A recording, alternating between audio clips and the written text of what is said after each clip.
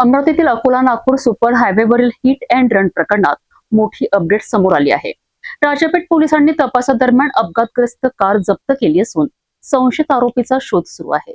घटनास्थळी सापडलेल्या नंबर प्लेटच्या आधारे पोलिसांना तपासात महत्त्वाचे धागेदोरे मिळाले आहेत।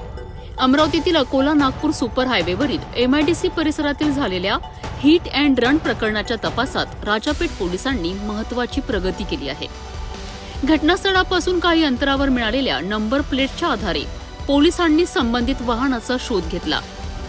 प्राथमिक तपासात MH43 BK 2277 क्रमांकाची कार श्रीमती अहना जय पुरसवाणी यांच्या नावावर नोंदणीकृत असल्याची माहिती समोर आली आहे।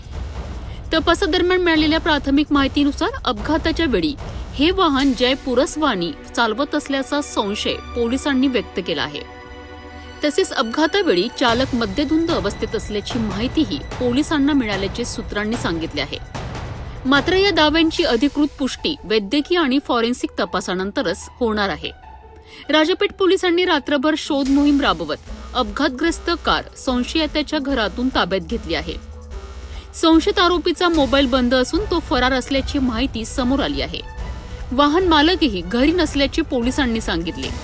या प्रकरणात वैद्यकीय तपासणी, फॉरेन्सिक पुरावे आणि इतर तांत्रिक तपास पूर्ण झाल्यानंतर पुढील कायदेशीर कारवाई करण्यात येणार असून आरोपीला लवकरच अटक करण्यात येईल असा विश्वास पोलिसांनी व्यक्त केला आहे।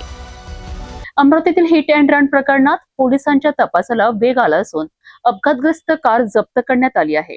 आता फॉरेन्सिक अहवाल आणि इतर तांत्रिक पुराव्यानंतर या प्रकरणात आणखी कोणते खुलासे होतात याकडे सर्वांचे लक्ष लागले आहे।